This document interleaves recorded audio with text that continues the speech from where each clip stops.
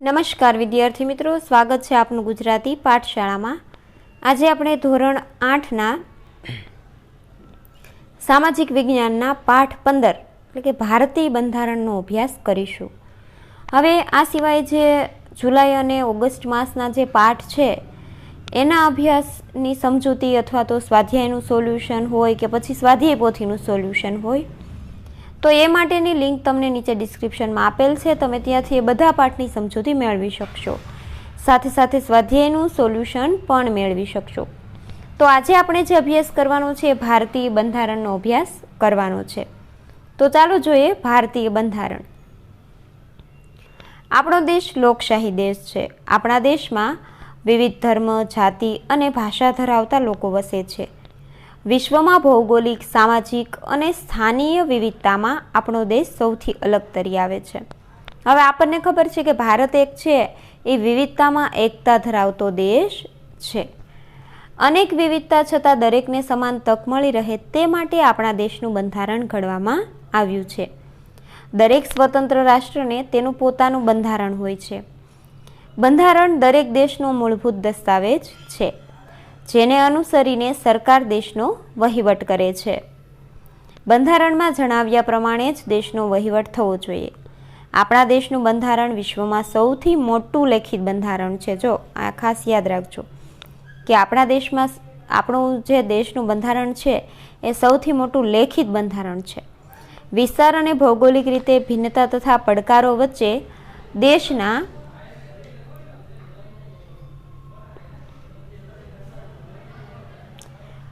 હવે પાઠનું નામ છે બંધારણ એટલે કે ભારતનું બંધારણ। તો પહેલાં તો આપણે જોવાઈએ કે બંધારણ એટલે શું થાય, તો કે કોઈ પણ દેશનું શાસન ચલાવવા માટે ઘડવામાં આવેલા નિયમોના વ્યવસ્થિત સંગ્રહને દેશનું બંધારણ કહેવામાં આવે છે।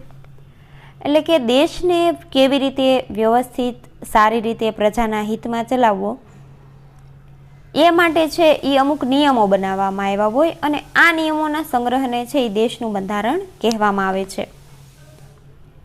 હવે આ બંધારણ તો થઈ ગયું કે ભાઈ ચાલો આ નિયમોને છે એ બંધારણ આપણે કહી શકીએ, પણ આ બંધારણ લખ્યું કોને અથવા તો આ બંધારણ બનાવ્યું કોને, તો કે એના ઘડવૈયા વિશે વાત થયેલી છે। આપણો દેશ આઝાદ થયા પછી દેશનું સંચાલન કરવા માટે ચોક્કસ માર્ગદર્શિકાની જરૂર હતી। આ માટે બંધારણની રચના કરવાનું જરૂરી જણાયું। બંધારણ ઘડવા માટે રચવામાં આવેલી સભાને બંધારણ સભા કહેવામાં આવે છે। બંધારણ સભામાં કુલ 389 સભ્યો હતા। બંધારણ ચડતરની પ્રક્રિયા માટે વિવિધ વિષયોને સાળતી 23 સમિતિઓની રચના કરવામાં આવી હતી, જેમાં જુદી જુદી કોમ, ધર્મ, લિંગ, ભિન્ન ભિન્ન ભૌગોલિક પ્રદેશોની વ્યક્તિઓ, રાજકીય પક્ષોના પ્રતિનિધિઓ તેમજ વિવિધ ક્ષેત્રોની વ્યક્તિઓનો સમાવેશ કરવામાં આવ્યો હતો। હવે આ બંધારણ રચવા માટે છે બંધારણ સભાની રચના કરવામાં આવી હતી અને એ બંધારણ સભામાં કેટલા તો કે 389 સભ્યો હતા અને એવી 23 સમિતિઓની રચના કરવામાં આવી હતી અને એને જે રચના કરી એ પ્રમાણે આપણું બંધારણ છે એ લખાયું। સભ્યોમાં doctor Rajendra Prasad, Jawaharlal Nehru, doctor Bhimrao Ambedkar, Sardar Vallabhbhai Patel, Sardar Baldev Singh, Frank Anthony, HP Modi, AKS Ayyar, Maulana Abul Kalam Azad, Shyama Prasad Mukherjee, Kanaiyalal Munshi, KT Shah તથા મહિલા પ્રતિનિધિઓમાં સરોજિની નાયડુ, વિજયાલક્ષ્મી પંડિત વગેરેનો સમાવેશ કરવામાં આવ્યો હતો। જો આ બધા છે એ બંધારણના ઘડવૈયાના નામ છે। બંધારણના અધ્યક્ષ તરીકે કોણ હતા તો કે ડૉક્ટર રાજેન્દ્ર પ્રસાદ, જ્યારે બંધારણની ખરડા સમિતિના અધ્યક્ષ તરીકે ડૉક્ટર ભીમરાવ આંબેડકર હતા। બંધારણ નિર્માણની પ્રક્રિયામાં તેમના વિશેષ યોગદાનને કારણે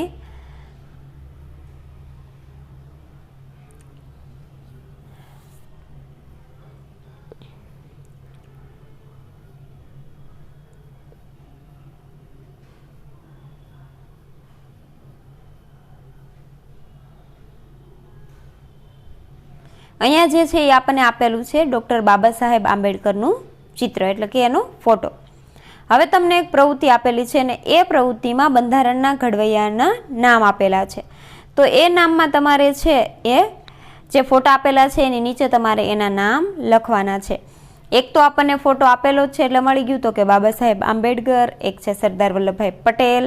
હવે બાકીના રહ્યા એ તમારે શોધવાના છે. એક છે કનૈયાલાલ મુનશી, પણ ક્યાં આપેલા છે એ હું તમને કહીશ નહીં.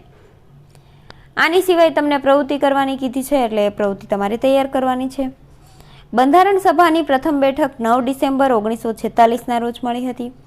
બંધારણ સભાએ 2 વર્ષ 11 માસ અને 18 દિવસ મળેલી કુલ 166 બેઠકોમાં બંધારણના ઘડતરની કામગીરી પૂર્ણ કરી હતી. આ પ્રક્રિયામાં તેઓએ દુનિયાના જુદા જુદા દેશોના બંધારણની મહત્વની બાબતોનો અભ્યાસ કરીને બંધારણને આખરી સ્વરૂપ આપ્યું હતું. એટલે હવે એવું નથી કે પોતાએ જે કાંઈ નિર્ણય લીધો અથવા તો એને જે કાંઈ નિયમ બનાવ્યા એ પ્રમાણે આપણું બંધારણ બન્યું, તો કે એને છે જુદા જુદા દેશનું છે એ બંધારણમાં મહત્વની જે કાંઈ બાબત હતું એનો અભ્યાસ કર્યો અને એના કારણે અને એનાથી છે એ છેલ્લે આપણું બંધારણનું સ્વરૂપ છે એ રચાયું. ભારતની આઝાદી બાદ 26 નવેમ્બર 1949ના રોજ તૈયાર થયેલા બંધારણને બંધારણ સભાએ સ્વીકાર્યું. ત્યારબાદ તેને 26 જાન્યુઆરી 1950ના રોજ અમલમાં મૂકવામાં આવ્યું. દર વર્ષે 26 નવેમ્બરે બંધારણ દિવસની ઉજવણી કરવામાં આવે છે. બંધારણ દિવસની પૂર્વ સંધ્યાએ દિલ્હીમાં સંસદ ભવન અને રાષ્ટ્રપતિ ભવનને રંગબેરંગી રોશનીથી શણગારવામાં આવે છે. બંધારણમાં મહત્વનું યોગદાન આપનાર ડૉક્ટર ભીમરાવ આંબેડકરને આ દિવસે ખાસ યાદ કરવામાં આવે છે. બંધારણની રચના કરવામાં મહત્વનો ભાગ કોનો હતો? તો કે ભીમરાવ આંબેડકરનો. અહીંયા આપેલું છે બંધારણ રચનાની બેઠક, જોઈ શકો છો તમે બંને ફોટામાં.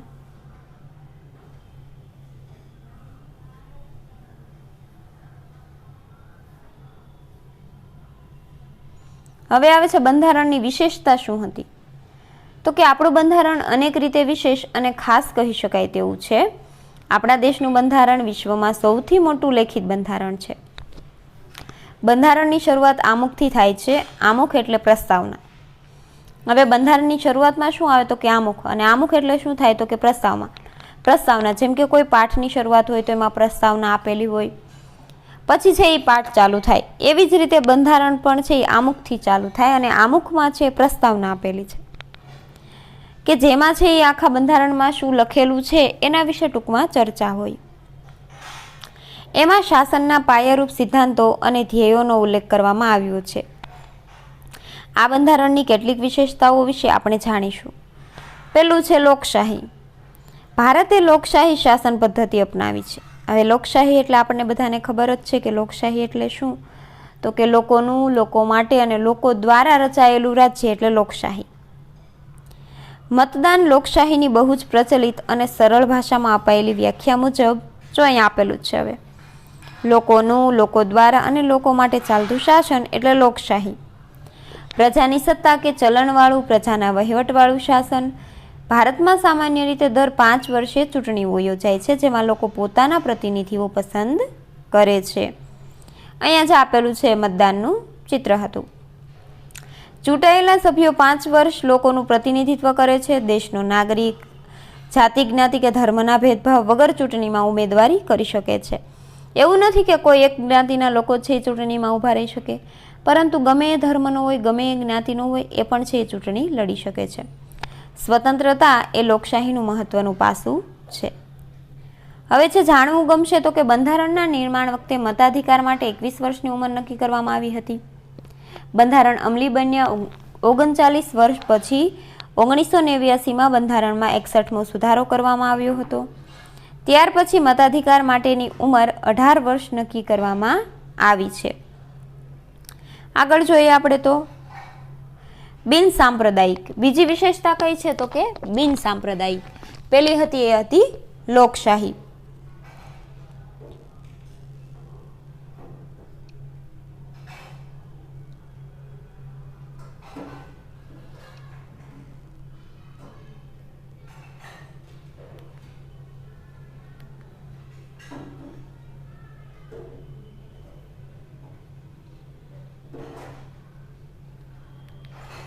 ભારત બિન સાંપ્રદાયિક દેશ છે. બિન સાંપ્રદાયિક એટલે દેશનું શાસન કોઈ પણ સંપ્રદાયની કે ધર્મની માન્યતાને આધારે ન ચાલે. એટલે કે ભારતમાં એવું નથી કે કોઈ પણ એક દેશને અથવા તો એક ધર્મની માન્યતા પ્રમાણે અથવા તો એક ધર્મના નિયમ પ્રમાણે દેશ ચાલે, પરંતુ અહીં છે એ ગમે સંપ્રદાયના લોકો છે એ વિના શરમ સંકોચ રાખ્યા વિના છે એ આપણા દેશમાં વસવાટ કરી શકે છે. સંપ્રદાયને આધારે એક કે બીજા નાગરિક વચ્ચે ભેદભાવ કે પક્ષપાત રાખતું ન હોય. દરેક નાગરિકને ધર્મ કે સંપ્રદાય સંબંધી કેટલીક સ્વતંત્રતાઓની ખાતરી આપણા બંધારણમાં આપવામાં આવી છે. તેના આધારે નાગરિકને પોતપોતાના ધર્મ પાળવાની માન્યતા ધરાવવાની અને તેનો પ્રચાર પ્રસાર કરવાની સ્વતંત્રતા આપી છે. 1976ના 42મા બંધારણીય સુધારાથી આમુખમાં બિનસાંપ્રદાયિક શબ્દ ઉમેરવામાં આવ્યો. હવે બંધારણ જ્યારે લખાયું એ પછી પણ ઘણી એવી બાબત છે કે જે એમાં સુધારો કરવામાં આવી છે, એ આપણને અહીં આપેલી છે. હવે આવે છે નવી વિશેષતા, તો કે પ્રજાસત્તાક. ભારત પ્રજાસત્તાક રાષ્ટ્ર છે. પ્રજાસત્તાક એટલે જેમાં લોકોના હાથમાં સત્તા હોય તેવું રાષ્ટ્ર, જેમાં પ્રત્યક્ષ કે પરોક્ષ રીતે લોકો ચૂંટાયેલા પ્રતિનિધિઓ વહીવટ સંભાળતા હોય. રાષ્ટ્રના વડાનું સ્થાન રાજાશાહીની જેમ વંશ પરંપરાગત હોતું નથી, પણ તેઓ પરોક્ષ મતદાનથી ચૂંટાય છે. આ વ્યવસ્થામાં પંચાયતથી સંસદ સુધીના તમામ હોદ્દાઓ જાતિ, જ્ઞાતિ કે ધર્મ જેવા કોઈ ભેદભાવ વગર તમામ નાગરિકો માટે ખુલ્લા હોય છે. પછી છે સંઘ રાજ્ય. તો કે ભારત એક સંઘ રાજ્ય છે, એટલે કે જુદા જુદા રાજ્યોનો બનેલો એક સંઘ છે. ભારતમાં છે એ ઘણા બધા જુદા જુદા રાજ્ય આવેલા છે. આપણા જેવા વિશાળ અને વિવિધતા ધરાવતા દેશમાં એક જ કેન્દ્રમાંથી શાસન કરવું કઠિન છે, એટલે આપણા બંધારણમાં સંઘીય શાસન વ્યવસ્થાની જોગવાઈ કરેલી છે. સંઘીય શાસન વ્યવસ્થામાં બે પ્રકારની રચના છે, એક તો સંઘ સરકાર અને બીજું છે રાજ્ય સરકાર. આ બંને પ્રકારની સરકારો વચ્ચે કાર્યો અને સત્તાઓની સ્પષ્ટ વહેંચણી કરવામાં આવી છે. દેશના મહત્વના કાર્યો અને સત્તાનો સંઘ સરકારને સોંપવામાં આવ્યા છે. સંઘ સરકારને કેન્દ્ર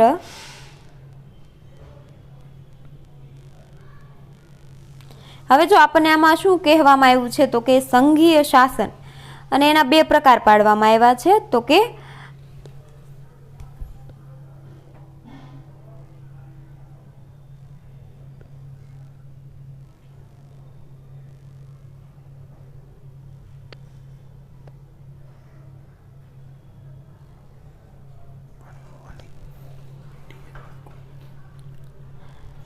સંઘ સરકાર અને બીજું છે રાજ્ય સરકાર. આ બંનેને છે એ સરકારો વચ્ચે કાર્યો અને સત્તાની વહેંચણી કરવામાં આવેલી છે.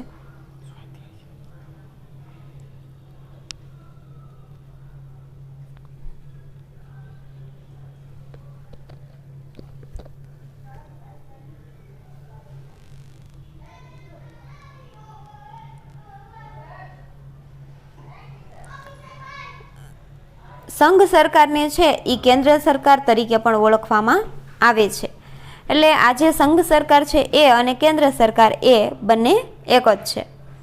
આગળ જોઈએ આપણે તો કે આવશે હવે મૂળભૂત હકો અને ફરજો. દેશનું બંધારણ નાગરિકોને લોકશાહીના મૂળભૂત હકો અને ફરજોની પ્રતીતિ કરાવે છે. નાગરિક તરીકે આપણે કેટલાક હકો ભોગવીએ છીએ, પરંતુ આપણા હકથી બીજા વ્યક્તિના હકને નુકસાન ન થાય તે માટે તેમજ રાષ્ટ્રના વિકાસમાં દરેક નાગરિકને સહયોગી બનાવવા માટે મૂળભૂત ફરજો પણ આપવામાં આવી છે. હકો અને ફરજો એક સિક્કાની બે બાજુઓ છે, એ બાબતનો આપણે અભ્યાસ કરીએ. હવે આપણે છે એ ભારતના એટલે કે આપણા દેશના આપણે નાગરિક હોઈએ છીએ, તો આપણા છે એ મૂળભૂત હકો એટલે કે ભાઈ આ મારો હક છે, સ્વતંત્રતાનો હક છે, કે બોલવાનો હક છે, મારે કોઈ પણ ભાષા હું અપનાવી શકું છું, કોઈ પણ ધર્મ હું પાળી શકું છું, એ બધા આપણા હક થયા. સામે છે ફરજ પણ હોય છે, અને ફરજ પણ આપણે સારી રીતે અદા કરવાની હોય છે. તો કે ફરજમાં શું આવે, તો કે મારે ટ્રાફિક નિયમોનું પાલન કરવું એ મારી ફરજ છે, કચરો મારે કચરાપેટીમાં નાખવો એ મારી ફરજ છે, કે હું એક ભારત દેશનો નાગરિક છું. તો આ બધી થઈ ફરજો. હવે આપણે પહેલાં છે એ મૂળભૂત હકોની વાત કરીએ. તો કે મૂળભૂત હકમાં પહેલું શું આવે છે, સમાનતાનો હક. કાયદાની દ્રષ્ટિએ બધા નાગરિકો સમાન છે. ધર્મ, જાતિ, લિંગ અને રંગને આધારે કોઈ સાથે પક્ષપાત અને ભેદભાવ કરવામાં ન આવે, તેમજ બધા નાગરિકોને યોગ્યતા પ્રમાણે સમાન તક મળે. આગળ જોઈએ હવે તો કે સ્વતંત્રતાનો હક. દેશના દરેક નાગરિકને પોતાના વિચારો અભિવ્યક્ત કરવાની સ્વતંત્રતા આપવામાં આવી છે. દરેક નાગરિકને સમગ્ર દેશમાં હરવા ફરવા, વસવાટ કરવાની તેમજ વ્યવસાય કરવાની પણ સ્વતંત્રતા છે. ત્રીજું આવે છે શોષણ સામે વિરોધનો હક. કોઈ પણ વ્યક્તિનું બીજા વ્યક્તિ દ્વારા કોઈ પણ પ્રકારે શોષણ ન થાય એવા શોષણ વિહીન સમાજની સ્થાપનાનો મુખ્ય ઉદ્દેશ આ બંધારણનો છે. 14 વર્ષથી નીચેની ઉંમરના બાળકોને બાળમજૂરી કરાવવી એ તેનું શોષણ જ કહેવાય. તેથી એ એક ગુનો છે. પોતાનું શોષણ થતું અટકાવવા તેનો વિરોધ કરવા આ હક આપવામાં આવ્યો છે. હવે અહીં આપણને એક જ ઉદાહરણ આપ્યું છે, પરંતુ બીજા એવા ઘણા બધા શોષણ થતા હોય વ્યક્તિના, જે આ હકમાં છે એ આપણે લખી શકીએ અથવા તો એનો સમાવેશ આમાં કરવામાં આવે છે. ચોથું છે ધાર્મિક સ્વતંત્રતાનો હક. એટલે કે દેશના દરેક નાગરિકને નૈતિકતા અને સ્વાસ્થ્યની વિરુદ્ધ ન હોય એવો કોઈ પણ ધર્મ પાળવાની તથા તેનો પ્રચાર પ્રસાર કરવાની સ્વતંત્રતા આપવામાં આવી છે. એટલે હવે એવું નથી કે ભાઈ હિન્દુ લોકો હોય તો એને છે એ પોતાનું જે કાંઈ ધર્મ છે અથવા તો ધાર્મિક પ્રસંગો આવે છે એ ઉજવણી કરવાનું ભારતમાં રહેતા હોય એ લોકોને બધાને, પરંતુ મુસ્લિમ, ઈસાઈ, ખ્રિસ્ત, પારસી ગમે એ ધર્મ પાળતા લોકો હોય એ બધા પોતપોતાના જે કાંઈ ધાર્મિક તહેવારો આવતા હોય એની ઉજવણી કરી શકે છે. એટલે આ થઈ ધાર્મિક સ્વતંત્રતાની વાત. હવે આવે છે સાંસ્કૃતિક અને શૈક્ષણિક હક. તો કે કોઈ પણ નાગરિકને પોતાની ભાષા, બોલી, પ્રણાલિકાઓ, આદર્શો, મૂલ્યો વગેરે ધરાવવાની, જાળવી રાખવાની અને વિકાસ કરવાની સ્વતંત્રતા આપવામાં આવી છે. પછીનું આવે છે બંધારણીય ઇલાજોનો હક. તો કે ગમે એટલા કાયદા ઘડવામાં આવે, મૂળભૂત હકોની જોગવાઈ કરવામાં આવે, પરંતુ જો તેનો અમલ યોગ્ય રીતે ન થાય તો આવી સ્વતંત્રતાનો કોઈ અર્થ રહેતો નથી. તેથી આ હકોના અમલ માટે જોગવાઈ કરવામાં આવી છે. જો નાગરિકોને મૂળભૂત અધિકારોથી વંચિત રાખવામાં આવે તો ન્યાયાલયનો આશરો લઈ શકે છે. આથી જ ડૉક્ટર બાબા સાહેબ આંબેડકરે આ હકને બંધારણના આત્મા સમાન કહ્યો છે. કયા હકને? તો કે બંધારણીય ઇલાજોનો હક. આ પ્રમાણે આપવામાં આવેલા મૂળભૂત હકો વિશિષ્ટ સંજોગોમાં મર્યાદિત સમય માટે સ્થગિત કરી શકાય છે. કોઈપણ વ્યક્તિ પોતાના હકોનો ઉપયોગ કોઈ વ્યક્તિ, સમૂહ કે રાષ્ટ્રના હિતને નુકસાન કરે એ રીતે ભોગવી શકતી નથી. હવે આવે છે મૂળભૂત ફરજો. આપણી ફરજ કઈ છે? તો કે જેમ નાગરિકોને કેટલાક મૂળભૂત હકો આપવામાં આવ્યા છે એવી જ રીતે ફરજો આપવામાં આવી છે. પહેલું છે બંધારણને વફાદાર રહેવાની અને તેના આદર્શો તથા સંસ્થાઓનો, રાષ્ટ્રધ્વજોનો અને રાષ્ટ્રગીતનો આદર કરવાની. આઝાદી માટેની આપણી રાષ્ટ્રીય લડતને પ્રેરણા આપનાર ઉમદા આદર્શોને હૃદયમાં પ્રતિષ્ઠિત કરવાની અને અનુસરવાની. ભારતના સાર્વભૌમત્વ, એકતા અને અખંડિતતાનું સમર્થન કરવાની અને તેમનું રક્ષણ કરવાની. એટલે કે આપણા દેશનું રક્ષણ કરવાની. દેશનું રક્ષણ કરવાની અને રાષ્ટ્રીય સેવા બજાવવાની હાકલ થતા તેમ કરવાની.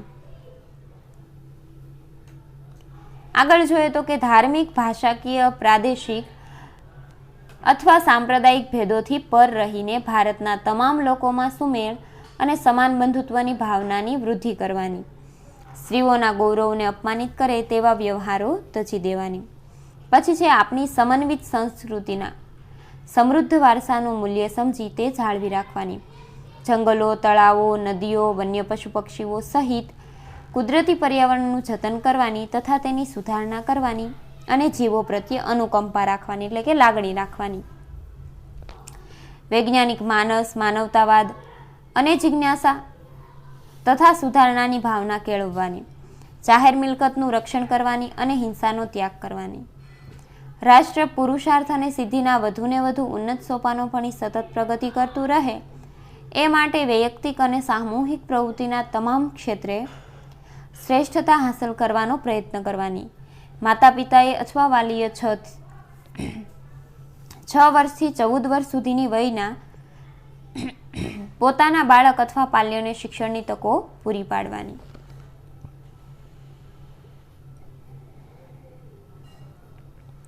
જાણવું ગમશે મૂળભૂત ફરજોનો સમાવેશ ઈસવીસન 1976માં બંધારણમાં સુધારો કરીને કરવામાં આવ્યો છે.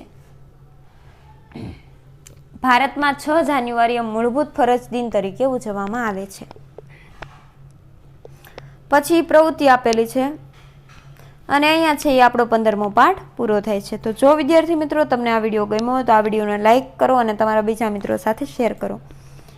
અમારી ચેનલને હજુ સુધી સબસ્ક્રાઈબ ન કરી હોય તો સબસ્ક્રાઈબ કરવાનું ભૂલતા નહીં. વિડીયો જોવા બદલ આભાર.